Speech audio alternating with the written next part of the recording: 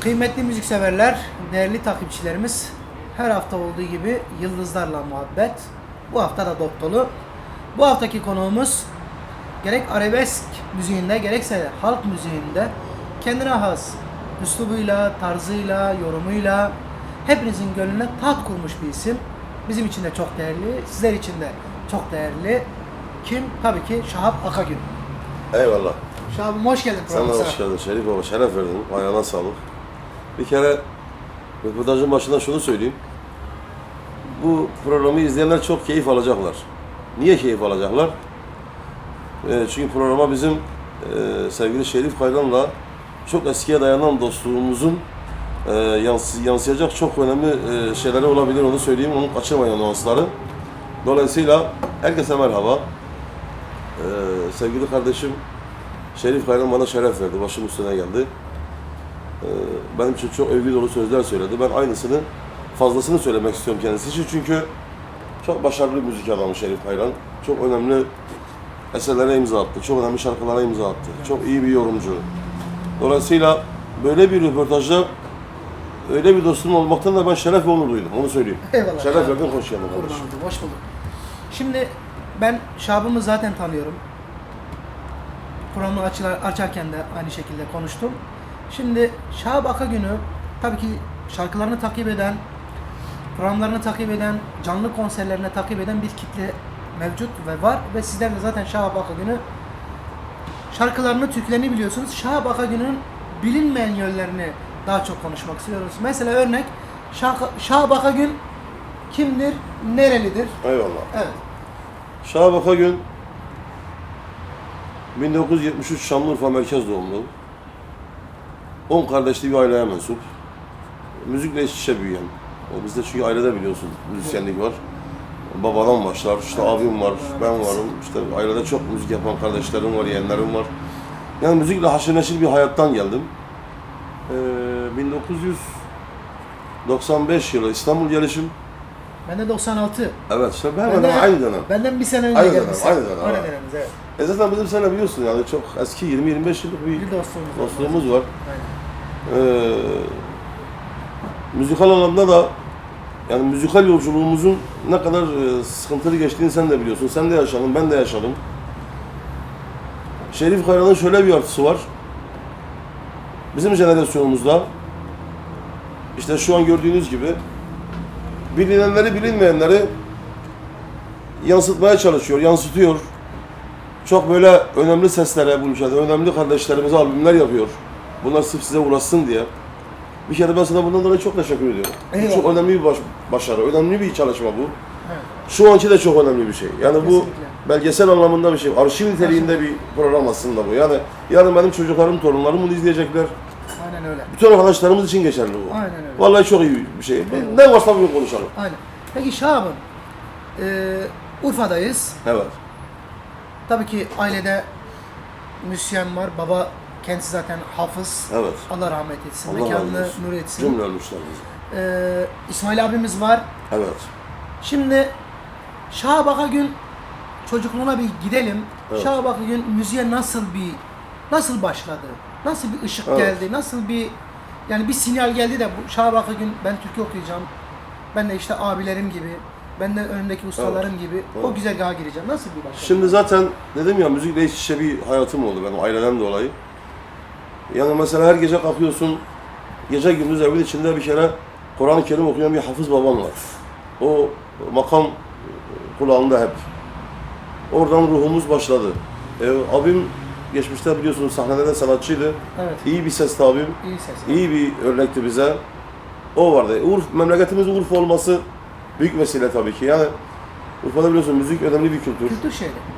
Sıra gecelerinde büyüdük. Benim doğup büyüdüğüm evde, adamların evinde ben bir gecede 3 tane sıra gecesi olduğumu hatırlarım. 3 sıra gecesi, bir evde. Vallahi billahi. Babamın hafız arkadaşlarının bir sırası. Onlar eyvanda otururlardı mesela. İsmail abimin sanatçı arkadaşları, müzisyen arkadaşları sıra gecesi çardakta otururlardı. Öbür abimin arkadaşları bir odada otururlardı. Evimizin mutfağı Anam gel vallahi fabrika gibi çalışırlar. Allah sabır versin. Yemin ederim. O yemekleri kim yetiştirecek? Aynen yeterli sayıda tabak da olmazdı mesela. Canım benim. Önce oranın yemeği verilirdi. Gelirdi mutfakta yıkanırdı. İkinci sıradaki giderdi. O biterdi öyle giderdi. Yani hep kulağımızda o tınlar vardı. Hep böyle müzisyenler, sanatçı Sen de arkadaşlarımız. Onları izliyordun tabii ki. Tabii. Öyle gelişti. Sonra Cenab-ı Allah'ın vergisi bir sesimiz var. Ne kadar şükür etsem az ona. Çünkü bu konuda mütevazi konuşmayacağım. Evet. Bu ülkede ben de önemli seslerden biriyimdir. Onu da söyleyeyim yani. Eyvallah. Buna için Cenab-ı Allah'a Bunu sonsuz şükür ediyorum. söylüyoruz şu an. Yani, yok, öyle değil mi yani? Söyle, evet, doğru. Buna şükür etmek lazım. Tabii. Dolayısıyla işte o tınlardan, o şeylerden içinde haşır neşir büyüdük. Ben bir baktım ki albüm yapıyorum. Sahnedeyim. Evet. Yani. Urfa'dayken Evet. ilk okuduğun türkü mesela. Benim çocukken çok sevdiğim bir türkü vardı. İlk mesela. Onunla ilk albümü okumuştum. Hicaz. Hangisiydi Biliyorsun Hicaz o? bizde şey vardı ya. Merhum Tenekeci amcaya aitti galiba o türkü. Yanılmıyorsam yani ben. Tenekeci Mahmut'a. Kalmıyor, ahım kalmıyor, ben yardan eden muraz almıyor. Çok severdim bunu. Evet, güzel bir türkü. Ağıt. Düşündüğüm büyüdüğüm Türkiye'ye baksana. Evet, çok Tam güzel. direkt damar yani. Direkt damardan mı gelmişsin yani? Evet. O dönem kimleri dinliyordun mesela? Mesela biz kimleri dinlerdik? Mukum Tayır, rahmetli. Evet. Babamın dostları bunlar hepsi. Kazancı Bedi amca, Allah nur içinde yatsın. Bize çok şeyler verdiler bunlar. Bir tane Genci Mahmut amca. Son dönem bizim artık böyle gençlik dönemimizde İbrahim abi biliyorsunuz ama Tabii, o zaman. büyük bir idol bizim için. İbrahim Tatlıses. Allah şifa versin ona da inşallah. Amin. Abimiz ondan da çok şeyler aldık. Seyfettin Suçular, yani Celal Güzel Sesler, ya İzzet Atın Meşeler, bunlar hep Aynen. bize idol oldu yani. Kaynak çok. Tabii. Peki müziğe aileden destek var mıydı? Yani Şahap, ya biz yapıyoruz bu işi ama Evet. sen yapma veya sen git, sen de yap. Sen de bizim güzergaha gir. Öyle bir destek, öyle bir teşvik. Babam hep derdi mesela, oğlum bunu hep bir hobi olarak gör derdi bana. Hep derdi. Sonra biz tabii bunu meslek haline getirdik. Mecbur artık iş, ekmeğimiz oldu bu bizim. Evet. Gurbet hayatımız başlayınca, yük de binince ister istemez artık gecede 5 program, 6 program, işte eski sen çok iyi biliyorsun işte hep beraberdik yani pavyonlar. Pavyondayken ben bundan da onur duyarım, onu da söyleyeyim. Pavyon benim için fakültedir, Tabii. okuldur yani. Biz oradan çok şeyler aldık.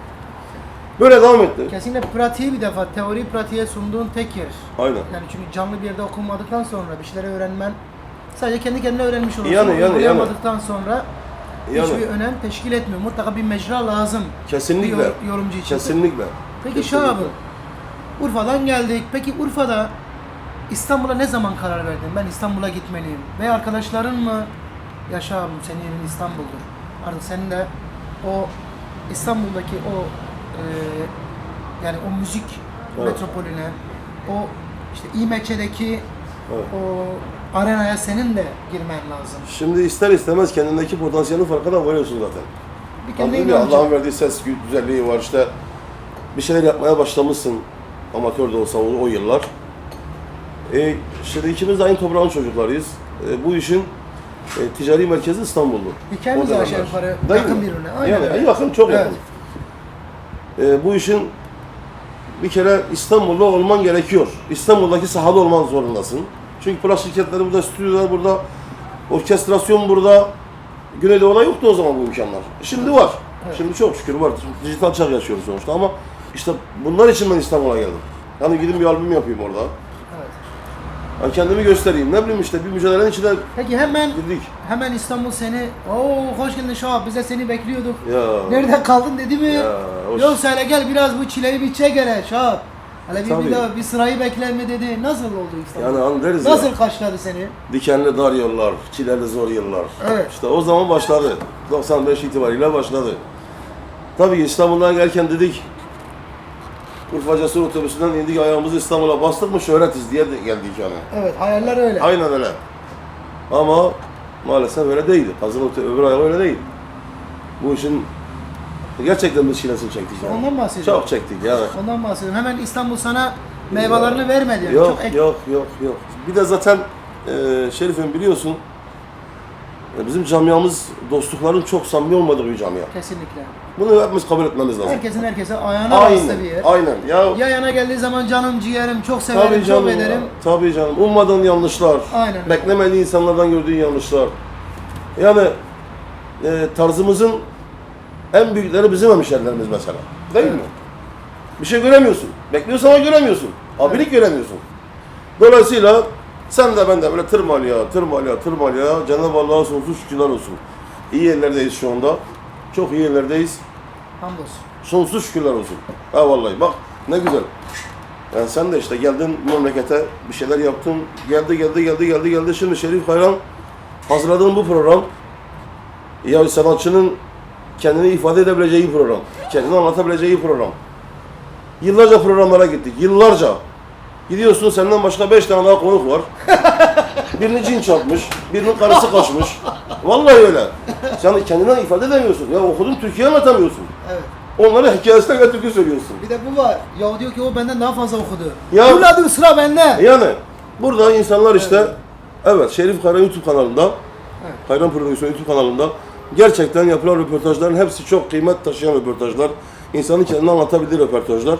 Ben de her şeyi dürüstçe anlatacağım bugün. Yallah. Yallah. Peki başından İstanbul maceralarından mesela böyle enler vardır insanın. Hiç böyle aklından gitmedi mesela. Ha dediğin zaman direkt ya bu var ya anın mesela. Onu Bir çok efsane. ya. Onu çok Mesela ya. en etkili bir an. Vardır ya yani ya işte. Yani Mesela ben hiç unutamam bir anım var mesela Diyarbakır'da gözüme kemik battı ha. Bildiğin bir Allah. kemik battı buraya battı buradan çıktı mesela. Unutamam bizim bir anı abi. Annem hani biliyorsun bizim eskiden memlekette tahtlar vardır. Tahtların üzerinde eti ayıklar böyle. evet. Ayıklarken benle haylaz koşarken ederken çocuksun. Kemik buraya batıyor buradan çıkıyor Allah muhafaza. Evet. Mesela hiç unutamam. Yani ona benzer benim de şey var mesela. Yani yıllarca işte kovaladık tam hedefimize ulaştığımız anda biliyorsun bir Türkiye yaptık işte bulduğum bir ufaya giren bakalım. Evet çok güzel. Tam şarkıyı hala, patlattık. Hala güzel. Evet, şarkı patladı. En az yani bir 25-30 konser alınmış tabii. işim var. Urfa'ya gittim. Urfa'da anam gelin evi, yani bizim doğup büyüdüğümüz ev büyük avlu evderiz. Havuç. Ha, biliyorum. Havuçlu ev ha. O evde çocukluğum aklıma geldi. Yeğenlerimle kalktım. Eve saklama oynadım. Sobi deriz ya. He gözüm Ben aşağı. çocukken damdan aşağı atlıyordum mesela. Eveliyordum. Bir şey olmuyordu o Ha, zaman. o zaman bir şey olmuyor. Aşağı atladım. Daha kalkamadım 6 ay. 6 ay? Ayağımı kırdım. Göze gelmiş sen baba. Vay, nazar. bir İnanmak lazım nazara. Tabii nazarla. Bütün konserler iptal. Ya arkadaş işte. Allah'tan avazları geri istemediler. Yanlıştı yoksa. Batmıştı. Batmıştı. Ya kimseye diyemezsem valla kardeş işte gözüm acı oynarken işte damdan düştüm ayağıma filan. Enteresan bir durum. Şam'ım ilk albüm nasıl gelişti mesela? Ya tabii ki herkesin bir albüm hikayesi vardır. Hani Evet. nasıl gelişti senin ilk albüm? Tabii işte hep geceleri İstanbul'da sabahlara kadar pavyonlarda çalışıyorduk. Gündüzde 3-5 saat uykudan sonra hemen hedefimiz Unkapanı'ydı. O zaman Unkapan'da son dönemler işte bir hareket vardı. Vardı tabii ki. Aman işte bir plakçı bize bir albüm yapsın. Her günümüz orada geçiyordu. Rahmetli Ali Moroğlu vardı, Ercan Müzik. Allah nur içinde yatsın o adamı. En son o adam bana bir albüm yapmıştı. Albüm böyle gelişti. Albümümüzü yaptık. Yani sonra albümü birbirini kovalamaya başladı işte. Orada hep çarşıda hep kaynaşmaya başladık. Bir araya geldik. İşte sen vardın, Ertuğrul vardı mesela. Vardı, evet. Yani şarkılar bulduk, şarkılar geldi, şarkılar okundu. Ha huyla birbirini kovaladı. İlk albüm sanırım ciddi bir ara vardı ikinci albüm arasında Tabii. değil mi? Benim her albüm arasında ciddi aralar var. Vallahi. Neyse bu arayı konuşacağız bir Tamam, ara. tamam. Aradan döndük. Ara iyiydi ama. Çok uzun vermemek lazım araları. Bu aralar öyle. Evet. Ben Şimdi demiştim Şahab'ın- ufak numarasını kaçırmayın. Evet. Şimdi dedik albümlere çok ara verdik mesela. İlk albüm yaptık. Kaç yıl verdin ara? İlk albüm 1997. Sonraki albüm 2007. 10 yıl. Ya, o 10 yıl kadar. ne yaptık mesela? Onu yine hep tırmaladık, hep çalıştık. Yani yine albüm yapma gibi bir şeyler vardı ama hep Var, böyle bir şeyler hep vardı. vardı. İşte hep bizim vardı. hayatımızda albümler bitmez biliyorsun. Bitmez Yani şarkı aramak bitmez, şarkı yapmak bitmez, albüm hazırlamak bitmez. Çünkü artık bu sahadasın, Evet. mecbursun. Senin artık sorumlu olduğun, seni seven insanlar var. Kesinlikle. Onlara bir şeyler vermek zorundasın. Sürekli bunu yapmakla mükellefsin artık. Dolayısıyla hep kovaladık. 10 yıl sonra 2007'deki yılın albümün adı neydi Şahab'ın? 2007'deki albüm neydi ya? Ahmet? Ertuğrul abinin eseriydi galiba. Evet, Kim Hani- Ağlar Lo demiştim. Kim o zaman. Ağlar'la, evet. Doğru. Doğru, Hoş onu bir yapmıştık. türkü ya. Tabii, güzel Çok bir hoş türkü. bir, ezgin bir türkü. Ya, o da yiyeceğiz. 2007'den sonra yine kaç yıl ara? Yine 2007'den sonra bir 7 sene ara. İlginç. 7 yıl ara verdin. Yine ne girdi araya? İşte araya şey girdi aslında, geçim. Yani hep kovaladık. Çocuklar küçük. Mecbur yani. Onları büyütmek. Geldik tabii İstanbul'da, artık evlilik hayatımız oldu, evlendik burada. Kaç çocuk var Şu Şahab'ın? 4 tane var. Elinizi öpsün. Oğlum da biliyorsunuz. Biliyorum. Burak, biliyorum. o Çok da başarılı. O da çok başarılı. elinizi Çok öpsün. düzgün bir çocuk. Elinizi öpsün. Çok terbiyeli. Allah sana bağışlasın. Yani evet, ben de babam gibi aslında istemedim Burak'ın da bu işi yapmasını. Hiçbir çocuğumu istemedim. Ama Burak doğru olan yolu seçti. Yani işin akademik sınıfından başladı. Bütün genç arkadaşlarıma tavsiyemdir. Bu işi muhakkak akademik olarak yapın. İşin atölyesini bilin yani. Bilin. Öyle askerliği bitirip sanatçı olmak yok. Sanatçılık öyle vallahi kolay bir iş değil. Hatta günümüzde şu anda yani sanatçının kelime anlamını bile vallahi bilmeyenler var. İddia ediyorum. Yani insana sanatçı dediğin zaman birçok insan diyor ki şarkı türkü söyleyen. Değil kardeşim. Sanatçı sözcük anlamında kendi branşında bir takım bilgi ve beceriye sahip olan kişi. Yani Evet. terzi de sanatçı, marangoz da sanatçı. Ama her işin bir atölyesi var. Bunu muhakkak genç arkadaşlarım yapsınlar. Konservatuvarlarını okusunlar. Ya özel bu işin eğitimini veren donanımlı hocalar var, onlardan ders alsınlar. İstiyorum, böyle olmalarını istiyorum. Yani kısaca Şahap Ahıgün'ün yolundan ilerleyecek olan Evet. gençlere bir şekilde bunlar tavsiyelerimiz değil mi Şahap? Kesinlikle. Kesinlikle.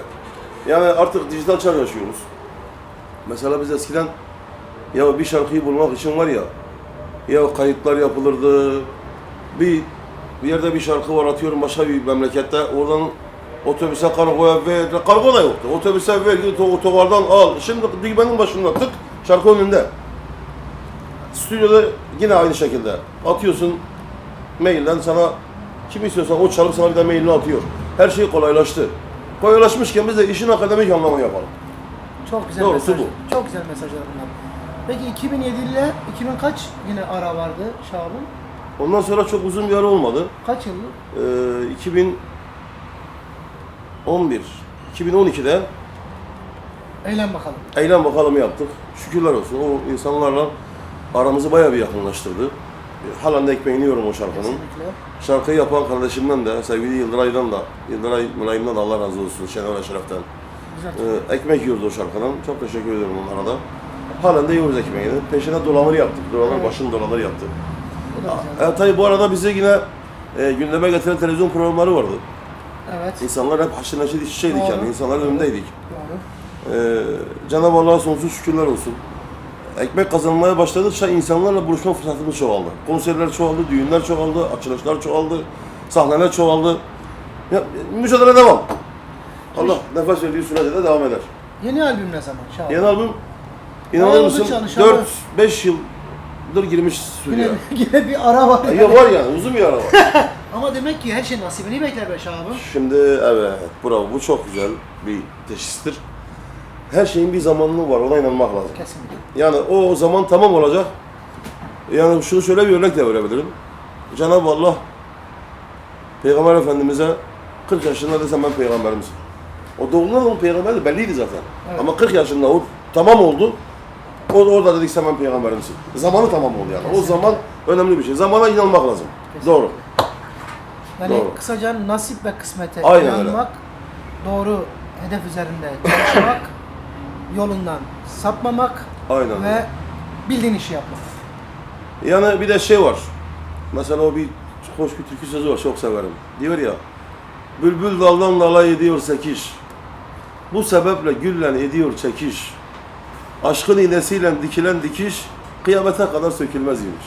Evet. Ne diyor burada? Yani aşkın iğnesiyle dikilen dikiş. Yani sevilerek yapılan her işte başarı mutlaktır. Kesinlikle. İşini seveceksin. Bravo. Çok güzel Evet. bir mesajlar bunlar. Evet. Şahabım, tabii ki konserler iyi gidiyor. Her şey, şu anda bizler seni takip ediyoruz. Zaten seni sevenler de seni izliyorlar. Eyvallah. Her pazar zaten çıkıyorsun. Canlı Mekanımız performansını belli. Bakırköy'deyiz. Uzun yıllardır. Yurt Devam. dışı yurt dışı konserler. takip ediyorum. Bu arada düğün sezonu biliyorsun. Tabii Düğün tabii önemli. düğünler, kizava. Bir de düğün bizim işimiz yani biliyorsun. Allah Allah. Ya ben o gün de söyledim kıyafetler dedim valla kardeşim. Eyvallah. Şahap Akagün güzel düğün yapar. Allah razı olsun. Yani görmüş, yani şimdi görünen bir şey var. Görünen köy kılavuz Allah razı olsun. Eyvallah. istemiyor. Sözlere hakkını sözlere verecekler. Kesinlikle. Gerçek. Sen neler yapıyorsun? Ha bu da güzel. Şöyle böyle. Şahabım ben neler yapıyorum? Ben de 5 yıldır yapımcılığa bir ilke Evet. edindim. Bir yola girdim. Şükürler olsun Rabbim bizi mahcup etmedi. Evet. Genç arkadaşlarla yola çıktık. Evet. Genç arkadaşlarla buluştuk. Daha önce de biz abilerimize, ablalarımıza, arkadaşlarımıza bildiğiniz üzere eserler veriyorduk. Fikirlerimizle destekliyorduk. Ama ben de aslında fikirleri verirken aslında ben de prodüktörmüşüm. Şimdi zaten Daha sonra keşfettim. senin kendimi. böyle bir işe atılım yapman çok isabetli bir karar oldu. Niye isabetli bir karar oldu? Şimdi sonuçta sen de bu gölde yüzen balıklardan birisin. İyi bir balıksın hem de. En azından bu genç arkadaşlarımızı yanlışa itmezsin. Çünkü yanlışları geçmişte gördün. Kesinlikle. Dolayısıyla doğru yönlendirirsin onları. Doğru. Hepsi de bak, sizden de yapılan Şerif Karın prodüksiyonu yapılan albümler hepsi başarılı. Hepsi bir yerleri buldular arkadaşlarımız. Niye? Allah razı Bu olsun. Şerif Karın'la alakalı. Doğru yönlendirdi. Doğru işler yaptı. Mesela zaman zaman denk gelip görüyorum. Bütün solistlerini topluyorsun. Mesela bir televizyon programına berabersiniz. Evet. Bir aile tablosu. Kesinlikle. Ya yapmaya çalışıyoruz çünkü bu işi seviyoruz ve başka işten anlamıyoruz. Eyvallah. Şahabım. Çünkü bildiğimiz işi yapmamız lazım. Şimdi dedik ki en son bir anda her şey dijitalde demin konuştuğun gibi insanlar her türlü bilgiye çok çabuk ulaşabiliyorlar. Evet. Şimdi Şahap Akagün'ün sesinden hayatını anlatan bir program yok. Yok tabii ki. Belki anlatmıştır da ama çok üstünkörü geçmiştir. Yani, 5 yani. dakikalık bir seninle ilgili bir röportaj vardır. Hayatınla ilgili. Ya da kadar 46 yaşındayım. 46 senemi 2 dakikaya nasıl sığdırıyorlar bunlar ya? İşte ben rahat konuşacağım, anlatacağım böyle. Kesinlikle. Şahabım eğitim Eğitim, ben ilkokul mezunuyum. helal olsun. Tabii. İlkokul Değil mi? mezunuyum. Ortaokul başladık, yarım bıraktım ortaokulda. Ama müzik eğitim- aşağı ağır bastı. müzikal eğitim. Müzikal eğitim tabii hep oldu. Hep oldu. Yani bir kere dedim ya, işin atölyesinde büyüdük. Kesinlikle. Ustalarla O büyüdük. çok önemli. Alaylı olmak bir Tabii. yerden.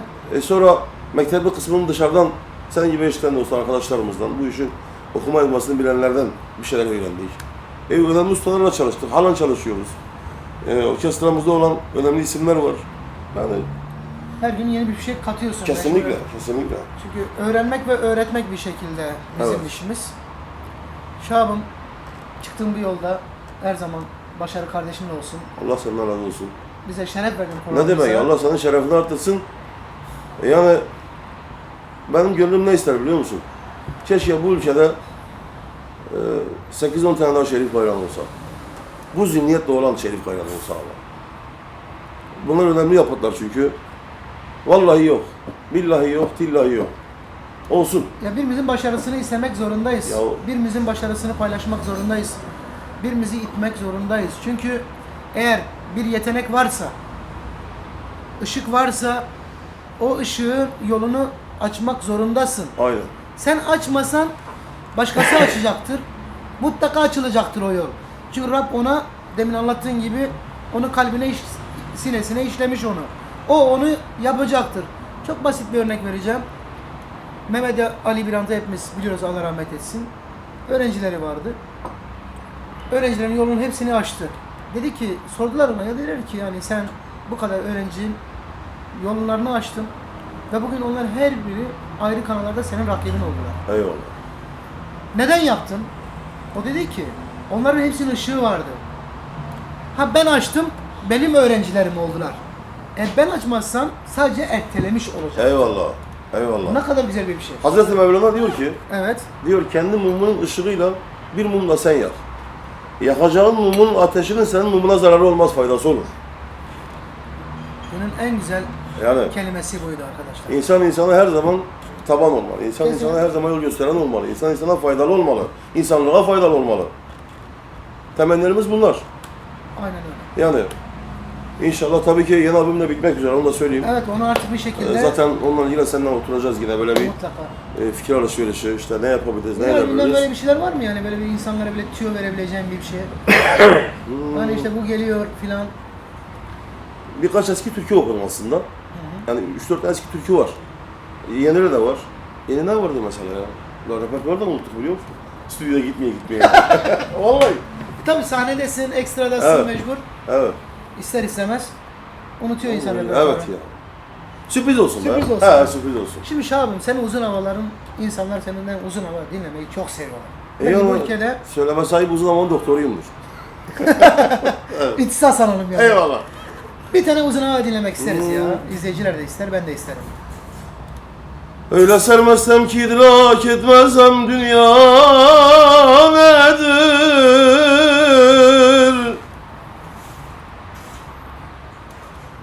Öyle sermezsem ki idrak etmezsem dünya nedir? Ben kimim, sakı olan kimdir? Mey nedir? Meyu sahbu nedir? Ah nedir?